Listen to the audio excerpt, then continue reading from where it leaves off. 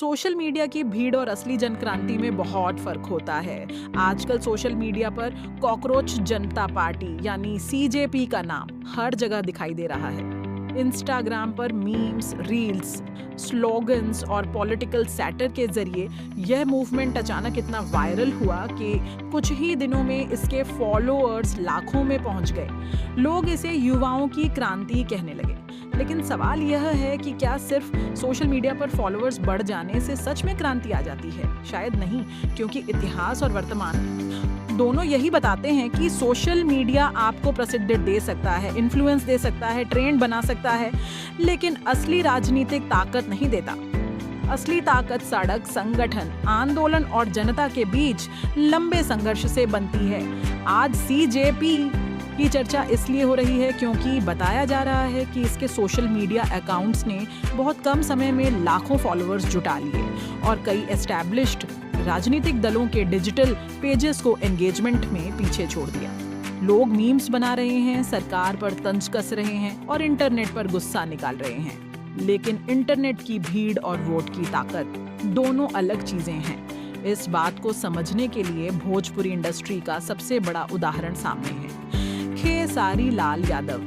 खेसारी लाल यादव सिर्फ भोजपुरी स्टार नहीं है, बल्कि एक मैसिव सोशल मीडिया फिनोमिनन है। उनके इंस्टाग्राम पर करीब 89 लाख फॉलोअर्स हैं। उनके गाने आते ही यूट्यूब पर करोड़ों व्यूज मिलते हैं। गांव से लेकर शहर तक लोग उनके डायलॉग्स और सॉन्ग्स पर रील्स बनाते हैं। सोशल मीडिया पर उनकी पॉपुलैरिटी किसी बड़े नेशनल सेलिब्रिटी से कम नहीं दिखती। लेकिन जब राजनीति की बात आई तब वही पॉपुलैरिटी जमीन पर पूरी ताकत में नहीं बदल सकी। क्यों? क्योंकि फॉलोअर्स एंड वोटर्स एक जैसे नहीं होते। मोबाइल पर लाइक करना आसान है, लेकिन बूथ तक जाकर वोट डालना अलग बात है। रील शेयर करना आसान है, लेकिन आंदोलन में सड़क पर उतरना मुश्किल है। इसी तरह राइटिश पंडित भोजपुरी म्यूजिक इंडस्ट्री का बड़ा नाम है। उनके गाने लगातार रिकॉर्ड व्यूज लाते हैं। कई सॉन्ग्स ने भोजपुरी ऑडियंस में करोड़ों व्यूज का आंकड़ा पार किया। इंस्टाग्राम पर उनके करीब 10 लाख से ज्यादा फॉलोअर्स हैं।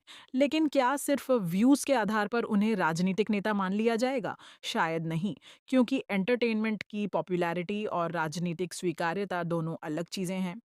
अगर सोशल मीडिया फॉलोअर्स ही असली ताकत होते तो सनी लियोनी देश की सबसे प्रभावशाली राजनीतिक हस्तियों में होती।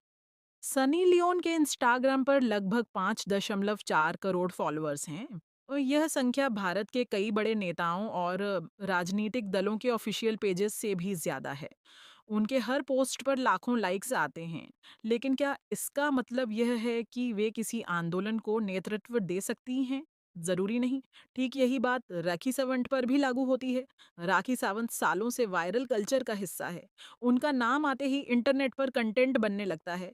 उनके वीडियो ट्रेंड करते हैं, मीम्स बनते हैं, लोग एंटरटेनमेंट लेते हैं। लेकिन वायरल होना और जननेता बनना दोनों बिल्कुल अलग बातें हैं। असल में सोशल मीडिया एक इल्यूजन भी पैदा करता है। आपको लगता है कि लाखों लोग साथ हैं, लेकिन ग्राउंड रियलिटी कई बार बिल्कुल अलग होती है। भारत का इतिहास देखिए। Indian independence movement Instagram reels से नहीं जीता गया था। जेपी मूवमेंट ट्विटर ट्रेंड से नहीं चला था। हाँ, किसान आंदोलन, मंडल आंदोलन, भ्रष्टाचार विरोधी आंदोलन, इनमें लोग महीनों सड़क पर रहे, लाठी खाई, जेल गए, संगठन बनाए, तब जाकर असर हुआ। क्रांति हमेशा जमीन पर पैदा होती है। सोशल मीडिया सिर्फ उसका एम्पलीफायर बनता है। आज कॉकरोच जनता पार्टी इसलिए वायरल है क्योंकि उसने युवाओं के फ्रस्ट्रेशन को मीम लैंग्वेज में पकड़ लिया है। बेरोजगारी, सिस्टम से नाराजगी, पॉलिटिकल सरकाजम, यह सब लोगों को कनेक्ट कर रहा है। लेकिन अगर यह मूवमेंट सिर्फ इंस्टाग्राम तक सीमित रह गया तो कुछ समय बाद दूसरा ट्रेंड आएगा और लोग उसे फॉलो करने लगेंगे। इंटरनेट अटेंशन बहुत तेजी से बनती है और उतनी ही तेजी से खत्म भी हो जाती है। इसलिए जरूरी है कि लोग फॉलोअर्स के आंकड़ों और वास्तविक जनसमर्थन के बीच का फर्क समझें, क्योंकि लोकतंत्र में सरकार रील्स नहीं वोट्स बदलते हैं और इतिहास हैशटैग्स नहीं संघर्ष लिखता है।